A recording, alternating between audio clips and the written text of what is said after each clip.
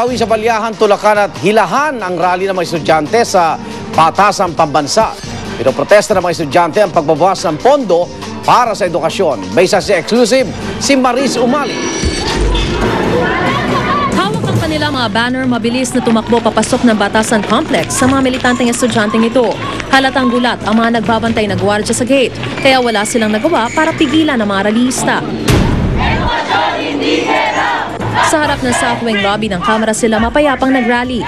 Ipinoprotesta nila ang anilay di makatarungang pagtapya sa alokasyon para sa edukasyon.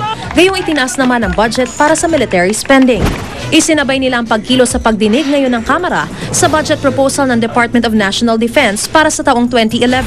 Pero maya-maya pa, sumugod sa mga nagraraling estudyante ang security officer na ito. Pinag-aagaw niya ang mga hawak na banner ng mga estudyante hanggang sa umantong na sa Balyahan, Tulacan at Hilahan.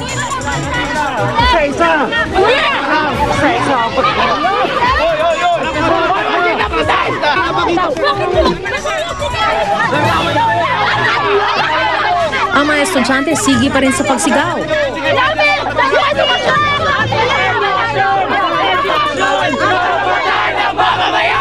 Dapat illegal ang gawin nyo. Hindi rin nananawagan lang kami sa loob ng Kongreso. Wala kayong permit. Bawal bang manawagan sa loob? Wala kayong permit. Ang tanong ko lang, sir, bawal bang manawagan sa loob ng Kongreso? Habang pinalalabas ng mga security officials sa mga estudyante, tumulong na rin sa kanila ang ilang pulis. Sa huli napalabas din ang mga estudyante at doon na lang nila pinagpatuloy ang kanilang kilos protesta. Ako si Maris Umali, ang inyong saksi.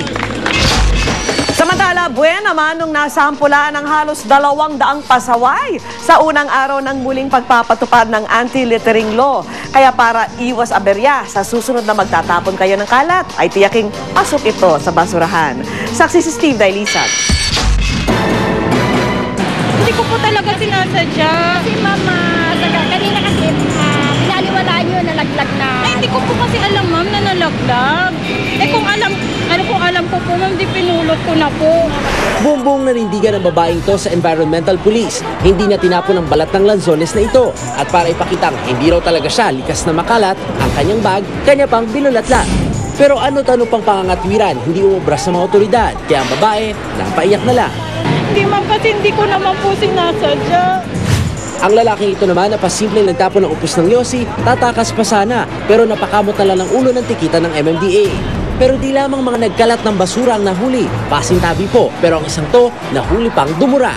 Pag dumadaan po ako dito, dumudura lang po ako sandali, tapos sasakay po ang LRT. Hindi ko naman po alam na bawal. Pero ngayon, ano nang gagawin? Titigil na po syempre, kasi baka mahuli na naman. Sa unang araw ng muling pagpatupad ng anti-littering law, umalo sa halos 200 violators ang pagmumultahin ng hanggang 1,000 piso o sasailalim sa community service ng 1 hanggang 2 araw. Kinunan sila ng ID at pinicturan pa. Marami sa kanila ang nakiusap na palusitin muna, pero di na raw uubra sa MMDA ang katwirang di nila alam na ngayong araw ito muling pinatupad. Yun ang isang paraan para magpalusot. Kasi nationwide naman yung TV, radio, kaya hindi po pwedeng hindi nila alam. Kung sadya mo namang ibabasura ang ticket na inisyu sa'yo, mag-isip muna dahil seryoso ang parusa sa batas na ito. Kung hindi ho nyo babayaran, kung hindi ho kayo magko-community, madidimanda kayo. At ito yung clearance nyo sa NBI, mahuhold po talaga. Kaya sa susunod na magtatapon ng kalat, taking shoot sa basurahan para iwas aberya. Ako, si Steve Dailisan, ang inyong saksi. At sama-sama natin saksihan, siyam na araw bago magpasko. Silipin ang iba't ibang forma ni Santa sa isang tindahan sa Sampaloc, Maynila. Balitang hatid, o isang liga ng katotohanan. Sama-sama nating pagiging saksi. Hangad ng saksi at Nescafe Decaf ang walang kinikilingang pagbabalita para sa